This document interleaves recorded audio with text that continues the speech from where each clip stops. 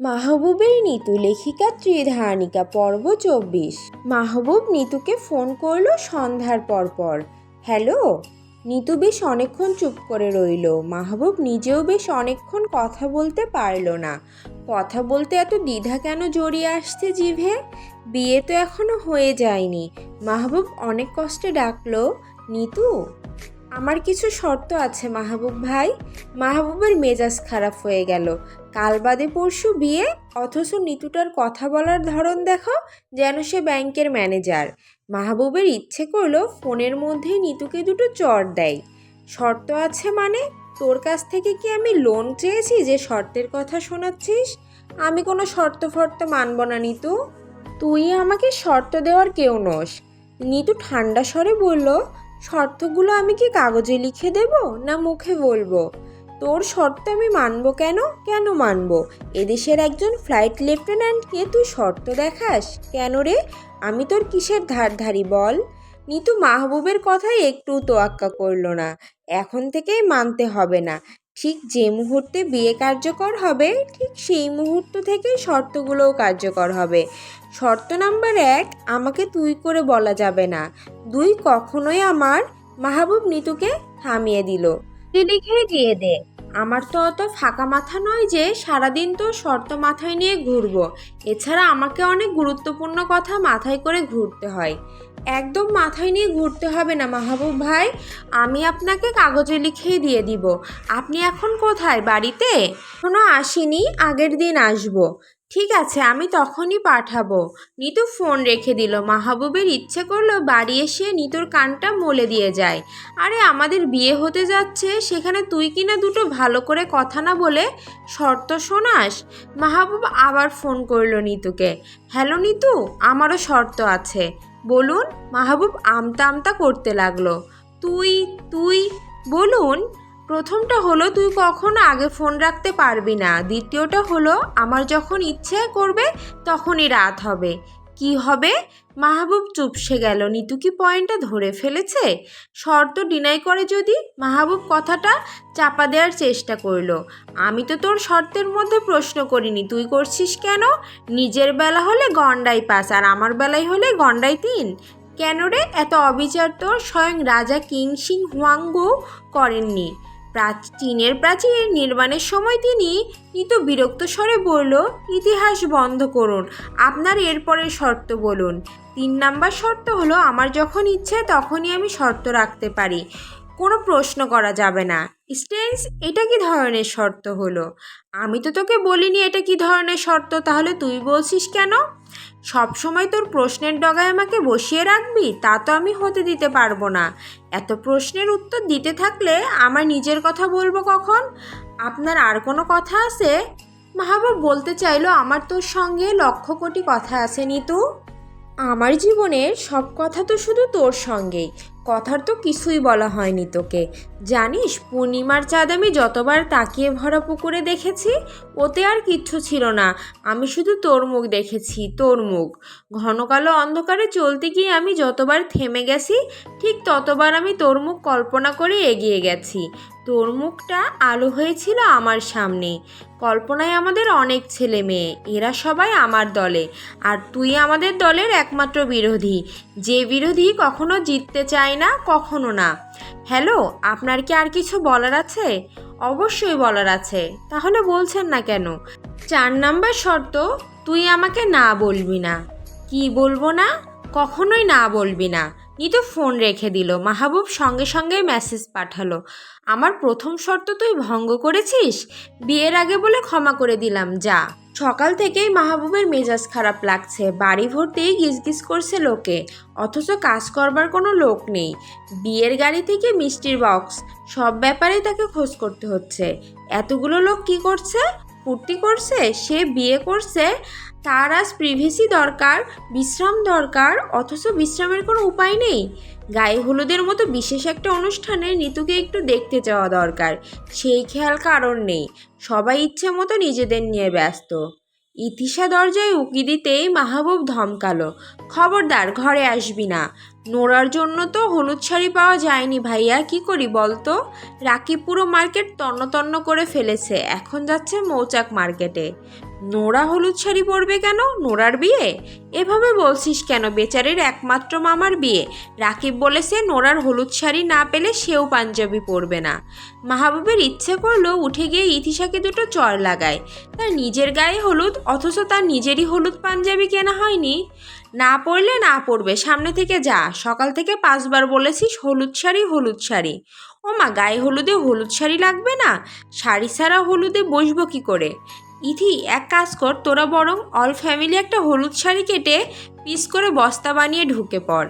তোর বর এক বস্তায়, তোর মেয়ে একটাই, আর তুই আর একটাই। হলুদ বস্তা পরে হলুদ মরিচ খেলা ইচ্ছে মতো খেল। এভাবে কথা বলছিস কেন ভাইয়া?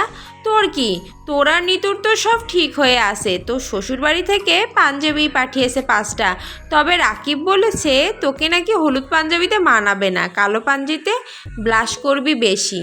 বাবু বিরক্ত স্বরে বলল, আমি ওদের বাড়ির পাঞ্জাবি পরবো না। কেন পরবি না? তুই সামনে থেকে যা তো ইথি।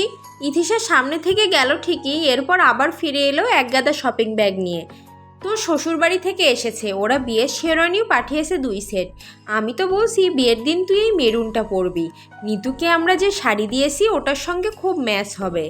মাহবুব মনে মনে দীর্ঘশ্বাস ফেলল। যার সঙ্গে মনেরই ম্যাচ হলো না তার সঙ্গে আর পোশাক ম্যাচ করে কি হবে? এই তো কাল বিয়ে, অথচ সেই শর্তের কথা বলবার পর নিতু আর একবারও ফোন করেনি।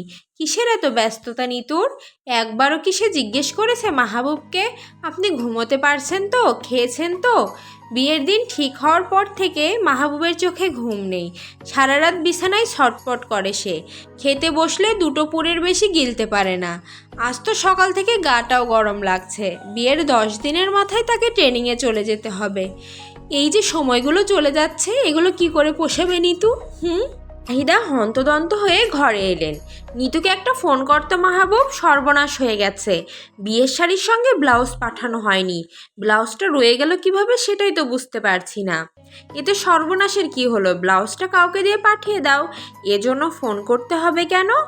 ওর বড় চাচিকে সমানে ফোন করছি, ধরছে না। গয়নাগুলো নিতুর পছন্দ হলো কিনা একবার জিজ্ঞেস করার দরকার। ঝুমকাটা বেশি ভারী লাগলে একটা পাট খুলেও পড়তে পারবে। হাতের চুড়িটা কিন্তু হুক খুলে পড়তে হয়। ইথিকে ফোন করতে বলো মা। ইথি পারবে না, ও নোরার জন্য শাড়ি বানাতে গেছে। নোরার শাড়ি তো পাওয়া যায়নি, বড় শাড়ি কেটে তাই ছোট করতে গেছে। তাহলে অন্য কাউকে ফোন করতে বলো। আমার ফোন এখন বিজি রাখলে সমস্যা মা। সমস্ত লোককে আমার ফোন নাম্বার দেওয়া, কে কখন কিসের দরকারে ফোন করে, না পেলে ঝামেলা হবে। 2 মিনিট ফোনে এমন কিছুই যাবে আসবে না। আমি এখন বেরোবো মা। বেরোবি মানে? কোথায় যাবি? ব্যাংকে যাব, বউ ভাতের জন্য ক্লাবকে কিছু অ্যাডভান্স করতে হবে, আরও কয়েক জায়গায় বিল দিতে হবে। যাও তো মা। 1 মিনিট লাগবে, তুই শুধু নিতুকে আমায় একটু ধরিয়ে দে। তোমার ফোন কোথায়? চার্জে লাগিয়েছিলাম, গিয়ে দেখে 1 ফোঁটা চার্জ হয়নি। বিয়ে বাড়ি কে খুলে রেখেছে কে জানে, না দেখে কাকে বকবো বল? মা, এইসব আত্মীয় স্বজন বাড়িতে কতদিন থাকবে বলো তো? বউ ভাতের পর যাবে, নিতু আসুক আগে, ওর সঙ্গে সবার গল্প গুজব হোক, এরপর দেখা যাবে। নিতু আসার পর দেখা যাবে মানে? নিতু তো ওদের খাওয়াচ্ছে না, আমার ওপর দিয়ে মই যাচ্ছে। আমার ঘাম ঝরানো রোজগার। আমি তো নিতুর বাবার মতো 1 ফুল দিয়ে 100 বিয়ে বাড়ি সাজিয়ে টাকা রোজগার করি না। মাহবুবের মেজাজ আরও তেতে গেল। বিয়ের পর তার আর নিতুর স্পেস দরকার, সবসময় একসঙ্গে থাকতে হবে। এত আত্মীয় স্বজনের মাঝখানে তো সে নিতুকে পাবেই না। বিয়ে হবে বরকনেতে, এরপর একটা ঘরে দুজনকে ঢুকিয়ে দিয়ে দরজা বন্ধ, ব্যাস। তা নয় রাজ্যের আত্মীয় স্বজন ডেকে আনা হয়েছে, এদের কি দরকার বিয়েতে? অন্তত মাহবুবের বিয়েতে তো নিতু ছাড়া আর তার কাউকেই চায় না। মাহবুব বিরক্ত ভঙ্গিতে নিতুকে ফোন করলো। 2 বার রিং হলো, ওপাশে রিসিভ হলো না। মাহবুবের ইচ্ছে করলো এক্ষুনি একটা মেসেজ লিখে পাঠায়, তুই কি রাজ্য চালাস নিতু? 1 বিন্দু ঘাড় নাড়লেই রাজ্য বিনাশ হয়ে যাবে। এমন ঘোড়ার ডিমে রাজত্ব করে কি পেয়েছিস বলতো? হীরের খনি? কিরে পেলি? মাহবুব জবাব না দিয়েই বেরিয়ে এলো। ভালো লাগছে না তার, কিচ্ছু ভালো লাগছে না। নিতু কেন তাকে পছন্দ করে না? কেন? এই যে বিয়ে হচ্ছে, এতে নিতু কেন কোনো আগ্রহ নেই? এত নীরব কেন নিতুটা? কত মেয়েই তো মাহবুবকে পাওয়ার জন্য বিভিন্ন সময় ব্যাকুল হয়েছে, অথচ নিতু একটু ফিরেও তাকাবার সময় নেই। মাহবুব কি কখনো চোখে পড়েনি তার? আচ্ছা, বিয়ের পর নিতু কি বদলাবে? একটু একটু করে কি পছন্দ করবে মাহবুবকে? যদি না করে, বিয়েটা কি ভেঙে যাবে? দুজন কি আলাদা হয়ে যাবে? আচ্ছা, মাহবুব কী রকম হলে নিতুর ভালো লাগবে, এটা কি নিতু স্পষ্ট করে বলতে পারে না? মাহবুব তো চাই নিতু একটু বলুক তাকে, একবার বলুক আপনার এই জিনিসটা আমার মনের মতো করুন তো, এভাবে করুন, একবার বলুক, শুধু একবার। বিয়ের পর কি নিতুর অনুমতি বদলাবে? যদি না বদলায়? নিতু ফোন ব্যাক করলো ০.৫ ঘন্টা পর। মাহবুব তখন ব্যাংকে। হ্যালো নিতু। ওপাশ থেকে অনেকক্ষণ নিতুর গলা শোনা গেল না। আশপাশের সব আওয়াজ শোনা যাচ্ছে, অথচ নিতুরই কোনো কথা নেই। কেন নেই? মাহবুবের সঙ্গে কি তার কথা বলতে ইচ্ছে করে না একটু? ইচ্ছে করে না বলতে, আমার না বিয়ের জন্য আর তর সইছে না মাহবুব ভাই। বিয়ের পরের আদরটা আমার এখন পেতে ইচ্ছা করছে, খুব ইচ্ছে করছে। আপনি আসুন তো, আমার ঘরে জানালা বন্ধ করলেই রাত হয়ে যায়। কয়েকটা রজনীগন্ধার স্টিক ফুলদানিতে রেখে দেব, ব্যাস, তারপর আমি আর আপনি এই পৃথিবীতে। তখন সব অনর্থক হয়ে যাবে আমাদের কাছে, আমরা এবং আমাদের সবই হবে পৃথিবী। কথায় যদি না বলবি ফোন করেছিস কেন? তখন ফোন করেছিলেন কেন? আমি করিনি, মায়ের দরকার ছিল তোর সঙ্গে। ফুপিকে দিন, এখন দিতে পারবো না। কেন? এমনি পারবো না। তুই কি ভেবেছিস আমি ফোন হাতে করে মায়ের পিছে পিছে হাঁটছি? তুই ফোন করলেই বলবো, মা মহামন্ত্রী নিতু শাহ ফোনে তলব করেছে তোমার, কুর্নিশ করে ফোন ধরো। না দিতে পারলে একটা ক্লিয়ার না বলবেন, এভাবে কথা বলছেন কেন? মাহবুব চুপ করে থাকলো। ফুফি কেন খোঁজ করেছিল জানেন কিছু?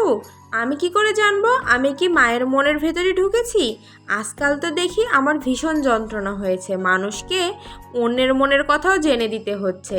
দেখুন, আমি কিন্তু সেরকম বলিনি। কী রকম বলেছিস তুই? বলিসনি? মা তোকে খুঁজলো কেন? জিজ্ঞেস করেছি, আপনি জেনে থাকলে বলবেন, না জানলে বলবেন না, ব্যাস। সবসময় একটা সিম্পল কথাকে টেনে এত লম্বা করেন কেন? আমি কথা লম্বা করি? আমি? তাহলে বল, তোর কথা কি আমি ঠিক কয় ফিট লম্বা করেছি? মেপে অ্যাকুরেট বল। গজ ফিতা আছে তো ঘরে, মেপে ফেল না, তারপর বল আমাকে। আমি যতটুকু লম্বা করেছি ততটুকু ট্রিম করে ফেলবো। কি দিয়ে ট্রিম করবেন? কথা কাটার আছে আপনার কাছে? তুই কি আমার সঙ্গে ফাজলামো করছিস নিতু? তোর ধারণা আমার কাছে ফাজলামো করবার মতো অফুরন্ত সময় আছে? সকাল 5:30টায় উঠেছি, এখন পর্যন্ত 2 সেকেন্ড জিরোতে পারিনি। সকালে নাস্তা করতে বসেছি, ডেকোরেটরের লোক চলে এসেছে, এখন পর্যন্ত ব্যাংকে, আমার সেভ করা হয়নি এখনও। নিতু কথা থামিয়ে দিল মাঝপথে। এত ঝামেলা যখন, তখন বিয়েটা করছেন কেন? মাহবুব জবাব দিল না, মাথায় আগুন জ্বলছে তার। কই একটু মিষ্টি করে বলবে, আপনি বাদ দিন তো এসব কাজকর্ম, টুক করে চলে আসুন তো আমাদের বাড়ি। আপনাকে আমার খুব দেখতে ইচ্ছে করছে। এলে আপনি একটা লম্বা চুমু পাবেন, চুমুটা কিন্তু একটু অন্যরকম, বিশেষ। কি হলো, জবাব দিচ্ছেন না কেন? দেখ নিতু, আমি তোর সঙ্গে এমন ঝগড়া করতে পারবো না। আমি নিরীহ মানুষ, ঝগড়াঝাটি সাধ্যমতো এড়িয়ে চলি। সারা জীবন উচিত কথাই ছেড়ে দিয়ে এসেছি। আমার পাওনা জিনিস চোখের সামনে পেয়েও নিইনি, রকমারি খাবার সামনে পেয়ে উপোস কাটিয়েছি। নিতু ফোনের ওপাশে হাসলো। মাহবুবের আরও মেজাজ খারাপ হয়ে গেল। হাসছিস কেন? আমি তো ভুল কিছু বলছি না। নিতু কড়া গলায় বলল, একটা কথা আজ ভালো করে শুনে রাখুন মাহবুব ভাই, আমি কখনোই আপনার সঙ্গে ঝগড়া করতে চাইনি এবং চাই না। আমার অন্তত আপনার সঙ্গে ঝগড়া করবার দরকার নেই। করবি বা কী করে? ন্যায় নীতিতে পারবি না তো। 6 ফিট সুই সুই মানুষটা, আমি তোর সঙ্গে 8 ইঞ্চি অ্যাডজাস্ট করছি, এখানে তো তুই জিতেই গিয়েছিস। তা এরপর দেখ আমার রুচি ভালো। নিতু কিছু না বলে ফোন রেখে দিল। মাহবুবের ইচ্ছে করলো ফোনটা আছাড় মেরে ভেঙে ফেলে। কাল যদি তার বিয়ে না হতো, সে সত্যিই ভেঙে ফেলতো। এই মুহূর্তে ফোন ভাঙা মানে হলো নিজের কাঁধে আরও বিপত্তি টেনে আনা। মাহবুব আবার ফোন করলো নিতুকে। পরপর 5বার ফোন করার পর নিতু ফোন ধরলো। হ্যালো নিতু, বলুন। মাহবুবের বুকের ভেতরটা ঢক করে উঠল। নিতুর কণ্ঠ ভেজা কেন? নিতু কি কাঁদছে? কেন কাঁদছে? বিয়ে হয়ে বাপের বাড়ি ছেড়ে চলে আসতে হবে বলে? মাহবুব তো বলেনি এমন কিছু। নিতু যেমন বাড়ির মেয়ে ছিল তেমন বাড়িতে থাকবে, ওর বাবা চাচাদের সঙ্গে ব্যবসা দেখবে। মাহবুব তো শুধু ওকে বিয়ে করে নিজের করছে, আর কিছু তো চায় না তার। নিতু এসে সংসার সামলাক, তাকে সামলাক, এসব তো কিচ্ছু চায় না সে। সে যেমন বাড়ির ছেলে হয়ে বাড়ি সামলাচ্ছিল, নিতুও তেমন ওর বাড়ির মেয়ে হয়ে বাড়ি সামলাবে। শুধু মাহবুবের কাছে পরিচয়টা বদলে যাবে, এতদিনের আকাঙ্ক্ষিত মানুষটা হয়ে যাবে বউ। কি হলো, কথা বলছেন না কেন? শোন, এই পৃথিবীতে তুই তো একলা বিয়ে করছিস না নিতু, হাজারটা মেয়ে বিয়ে করছে। কই ওরা তো এমন করে বিয়ের আগের দিন কাঁদছে না। নিতু নিঃশব্দে ফোন ধরেই থাকলো। মাহবুব মনে মনে বলল, একবার বল না নিতু, আমি সেই দুঃখে কাঁদছি না মাহবুব ভাই, আনন্দে কাঁদছি। মাহবুব আবার কথা বলতে শুরু করলো। কারো কারো তো অনেক দূরেও বিয়ে হয়। আমার ফ্রেন্ড জাকির তো বিয়ে করলো নড়াইল। ওর বিয়েতে গেলাম বরযাত্রী, 22 ঘন্টা থাকতে হয়েছে গাড়িতে। শেফার বিয়ে হয়েছে খুলনা। বিয়ে করে যেতে যেতেই নাকি শেফা ওর বরের কাছ থেকে পুরো ইউনিভার্সিটি লাইফের গল্প শুনে নিয়েছে। আর তোর দেখ বিয়ে হচ্ছে, বাপের বাড়িতে বসে হাঁচি দিলে শ্বশুর বাড়িতে গিয়ে সর্দি পড়ে, শ্বশুর বাড়িতে গোস্ত কষালে তোদের বাড়িতে এলাচ গন্ধে ভরে যায়। আমার তো মনে হয় আমাদের বাড়ির চুলায় তাতেও তোদের বাড়ির পাতিলে লাগে। তাও তুই কাঁদছিস? আমি কাঁদছি না মাহবুব ভাই, শুধু শুধু এত কথা কেন বলছেন? শুধু বলছি না, তোর কান্নার আওয়াজ আমি চিনি। শোন নিতু, তারপরও যদি তোর বাপের বাড়ির জন্য মন খারাপ লাগে, তুই না হয় আমাদের বাড়িতে এসে সবাইকে একটু হাই হ্যালো করে চলে যাস। দেখ, বিয়ে মানে যে তুই আমাদের বাড়ির হয়ে গেলি তা কিন্তু নয়। তুই তোদের বাড়িরই থাকলি। তোর বাপ চাচার সঙ্গে তুইও দড়িতে ককশিটে ফুল লাগিয়ে লাগিয়ে বিয়ে বাড়ি সাজাতে পারবি। নিতুর ফোপাতে ফোপাতে বলল, মানুষের মাথা ভর্তি গোবর থাকে, আপনার সেটাও নেই। আপনার মাথার ভেতর আছে শুধু উল্টো জিনিস, উল্টো কথাবার্তা, উল্টো বুঝ। কোন জিনিসটা উল্টো বললাম বল? তুই কাঁদছিস, আমি তোকে বুঝালাম কাঁদিস না। এটা তো আর তোর জন্য কঠিন বিয়ে নয়। আমি ঘুমালে তুই আমাকে ফেলেও বাপের বাড়ি চলে আসতে পারবি। আমি জেগে তোকে না দেখলে একটুও বকবো না। নিতু ফোন রেখে দিল। মাহবুব দীর্ঘশ্বাস ফেলল। ঝগড়া বেঁধে গেছে আবার। অথচ তার এতক্ষণ ধরে জিজ্ঞেস করতে ইচ্ছে করছিল, নিতু তোর বিয়ের শাড়ি পছন্দ হয়েছে? অল্প দামের শাড়ি দেখে নাক সিটকাসনি তো তুই? আমি হয়তো তোকে রাজ্যের রানী বানাতে পারবো না নিতু, অত টাকা আমার নেই, কিন্তু আমাদের সুখের রাজত্বের সব কিছু থাকবে তোর হাতে। আমার অল্প টাকায় তোর জন্য যা যা ভালো খুঁজে পাবো সারা জীবন তোকে এনে দেব। মাহবুব আবার মেসেজ করলো নিতুকে, বিয়েটা মন থেকে করছিস তো? রিপ্লাই এলো না। মাহবুব ভেতরে ভেতরে অসহায় বোধ করতে লাগলো। মাহবুব ব্যাংক থেকে বেরিয়ে সিগারেট ধরালো। নিজেকে এত বিরক্ত লাগছে কেন তার? নিতু কি তবে নিজের অনিচ্ছায় বিয়েটা করছে? দয়া দেখিয়ে মাহবুবের অনুভূতিকে তুচ্ছ করে নিজে মহান সাজতে চাইছে। কিন্তু এরকম করুণা আর দয়া দেখানো বিয়ে তো তার চায় না। এমন বিরক্ত হয়ে অনাদরে বিলিয়ে দেওয়া সম্পর্ক তার চায় না। দরকার হলে সারা জীবন সে নিতুকে না পেয়ে কাটাতে পারবে, সহজে কাটাতে পারবে। তবু নিতুর অনাদরের সঙ্গ চায় না তার। নিতু কি কোনো কিছুতে প্রচণ্ড কষ্ট পেয়েছে মন থেকে? মাহবুবের এত এত ভালোবাসায় বিরক্ত হয়ে কি সম্পর্কের হাল ছেড়ে দিয়েছে? কি বোঝাতে চাইছে? এত ঘ্যানঘ্যানানি না করে বিয়ে করে নিন, আমাকে ভোগ করে নিন, তবু সারাক্ষণ আপনার ভালোবাসার জ্বালাতন আমার চাই না, এরকম কিছু?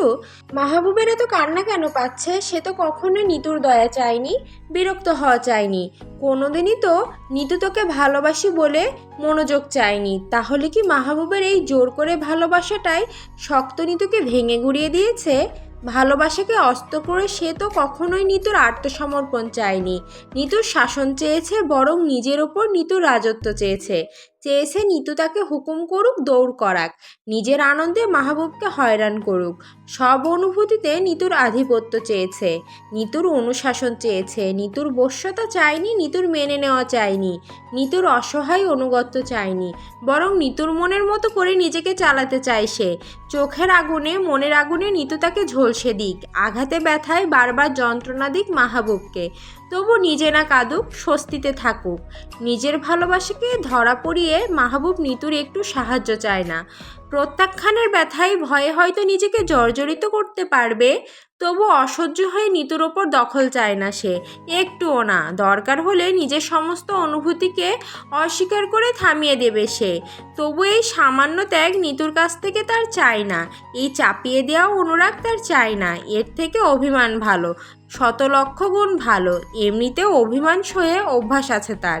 নিতু মেসেজে রিপ্লাই করেছে, বিয়ে ব্যাপারটা সম্পূর্ণ করুণাময়ের তরফ থেকে বেঁধে দেওয়া মাহবুব ভাই। এই বিয়ে যদি হওয়ার হয় হবেই। আর মন থেকে চাওয়ার কথা বলছেন তো? আমি মন থেকে চাই আল্লাহ পাক আপনার আমার ভালো করুক। মাহবুব স্বস্তির নিঃশ্বাস ফেলল। যাক, অন্তত আত্মগ্লানি দিয়ে তাকে কবুল বলতে হবে না।